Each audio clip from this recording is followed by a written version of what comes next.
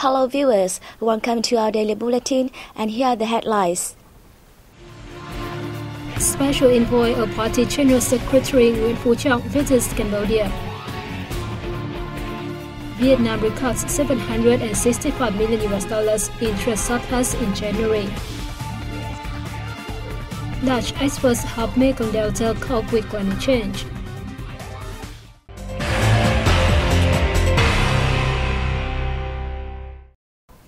State President Trương Tấn Sang hosted a reception in Hanoi on February 24th for chairman of the Kyushu Economic Federation, Yutaka Aso, who is on a working visit to Vietnam. President Sang highly valued Kyushu's efforts to promote economic cooperation between the region and Vietnam, as well as its effective assistance to the Vietnamese Consulate General in Fukuoka. He took this occasion to thank the Kyushu region's administration and people for their support to the local Vietnamese community. The president also expressed his hope that Kyushu businesses would continue to receive Vietnamese apprentices to work in the fields that the region has strengths. Japan has actively assisted Vietnam in implementing its industrialization strategy, focusing on 6 prioritized spheres, including automobile and supporting industries. Therefore, President Sang asked Chairman Yutaka Aso to further strengthen bilateral cooperation in these fields. The state leader affirmed that the government of Vietnam always welcomes and will continue to create favorable conditions for enterprises from Kyushu to invest in the country. Chairman Yutaka Aso said Kyushu region and Vietnamese localities can expand cooperation in the mentioned fields. The Japanese side will also transfer agricultural and aquacultural technologies to Vietnam. As many as 500 businesses were presented with the Vietnamese High Quality Goods Awards 2016 during a ceremony held in Ho Chi Minh City on February 23rd. State President Trương Tấn Sang attended the ceremony, among others. Among those, 41 firms are first-time winners. 42 others have received annual recognition for 20 consecutive years, and 356 enterprises have won for 3 consecutive years. The winners were selected from a list of 678 companies based on surveys of nearly 20,000 households, individuals and retailers at trade promotion programs in 12 key provinces and cities around the country, held by the Business Association of High-Quality Vietnamese Products. They had to meet criteria related to product quality and origin, and comply with regulations on consumers' and workers' rights, environmental protection, and corporate social responsibility. Most of the winners make sauces, spices, confectionery, non-alcoholic beverages, construction materials, electrical and household machines, and dried foodstuff and instant food. Over the past 20 years, 45 provinces and cities have their businesses presented with the Vietnamese High Quality Goods Awards. Cambodian Prime Minister Hun Sen and National Assembly Chairman Heng Samrin had separate meetings with Hoàng Bình Quân, head of the External Relations Commission under the Party Central Committee, and Special Envoy of Party General Secretary Nguyễn Phú Trọng in Phnom Penh on February 23rd and 24th. Quân briefed the Cambodian leaders of the outcome of the 12th National Congress of the Communist Party of Vietnam and affirms the country's consistent foreign policy of independence, self-reliance, peace, cooperation and development, multilateralization and diversification of relations, and proactive international integration. Prime Minister Hun Sen and National Assembly Chairman Heng Samrin spoke highly of the great and comprehensive achievements the Vietnamese party, state and people have attained during the past 30 years of renewal. They expressed their gratitude for the precious and timely support Vietnam had given to Cambodia in the cause of national liberation, as well as in national reconstruction and development. While in Cambodia, Quân also updated leaders of the Central Party Committee Office and Party Building Department of the Cambodian People's Party of the outcome of the 12th National Party Congress and met with the Vietnamese embassy staff.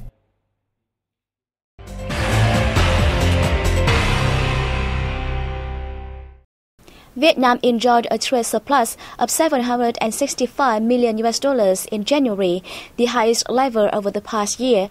The figure shows a promising sign in export and import activities in 2016. Outstanding exports were recorded in garments, footwear, computers, electronic products and components, telephones and spare parts. Meanwhile, imports of import materials remained high. For groups of products, saw export earnings exceed the $1 billion benchmark, namely garments, footwear, computers and telephones. We were quite surprised at the relatively high trade surplus in January. The export value in the month was equal to that of 2015, but imports dropped remarkably. During the period, FDI enterprises exported $11.67 billion worth of products and spent $9.7 billion on exports. The sector saw a trade surplus of nearly $2 billion. This year saw a positive inflow of FDI in January. Once these FDI projects are implemented and when we get more export contracts, more machines and equipment will be imported.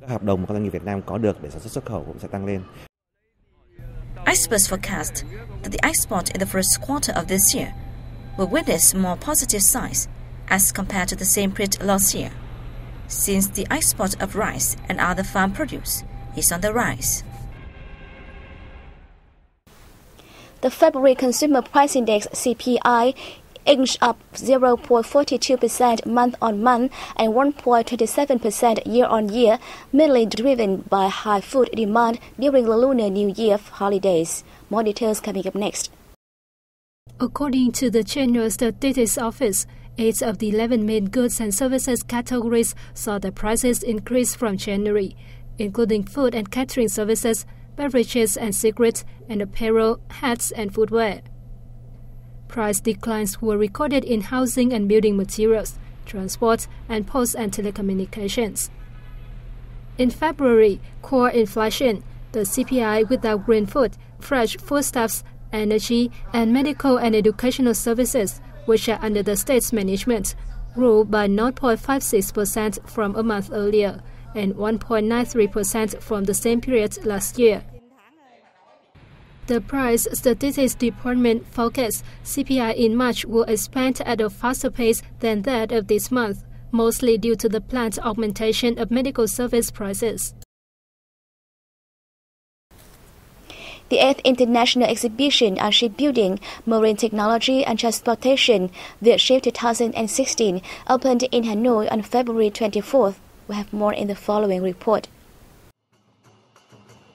The biennial event offers a chance for businesses and investors to access the latest information in the field, share new cutting-edge technology, and seek investment opportunities to develop the shipbuilding industry in Vietnam and the world at large.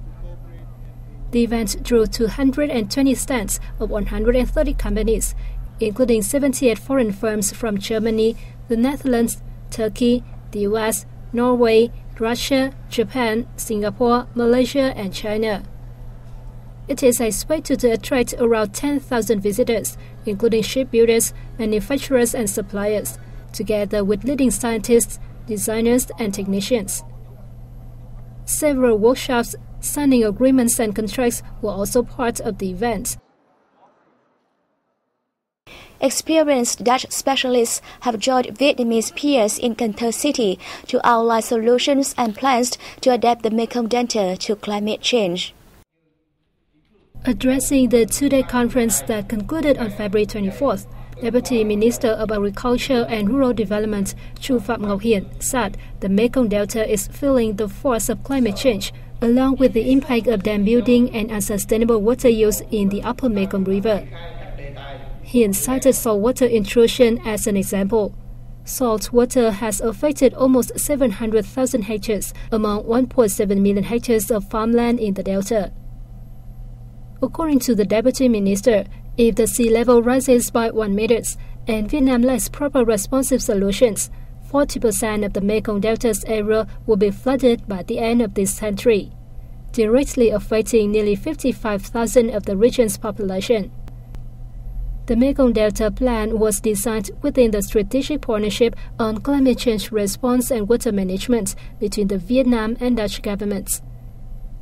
Dutch Ambassador to Vietnam Catharina Nguyen Truster underlines the close cooperation between Vietnam and the Netherlands in climate change response and water management.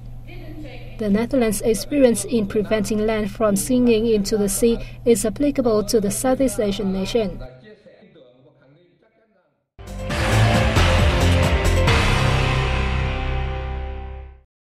Vietnam Airlines added about 1,000 flights to meet the surge in travel demand throughout the Lunar New Year holidays.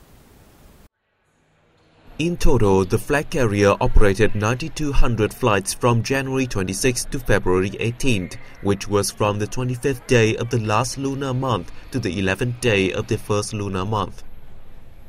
Up to 482 flights were conducted on the peak day, February 14, the 7th day of the first lunar month.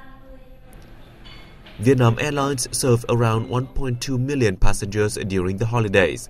Most of them were on flights between Hanoi and Ho Chi Minh City and between the two cities and Da Nang City in the central region. Thanks to its efforts and assistance given to passengers, the rate of on-schedule flights reached 89%. The 6th Clay Firecracker Festival has been held at Da Pagoda in the National Special Relic Complex Concern Kiếp Bạc in the Red River Delta province of Hải Dương.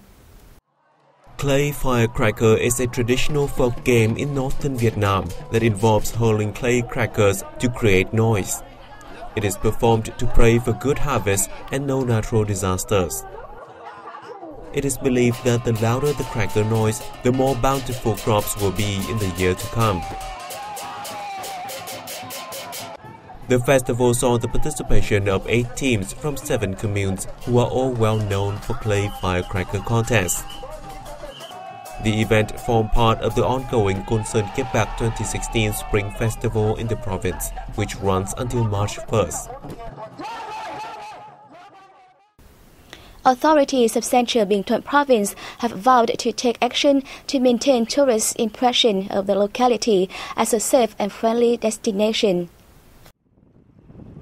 Accordingly, the provincial authorities will work with relevant agencies to address shortcomings that hamper local tourism services, including a shortage of new tourism products, rescue stations, and public toilets. Rampant illegal street vending and heckling were also putting a strain on local tourism. The province also needs to attract more Vietnamese holidaymakers and improve the capacity of tourism staff. About 4.2 million people spent their holidays in Binh Thuan in 2015, a year-on-year increase of 11.7%. Most of the 455,000 foreign tourists were from Russia, China, Germany, and Thailand. The province has set a target of welcoming 4.6 million tourists this year. It is housing 391 valid tourism projects.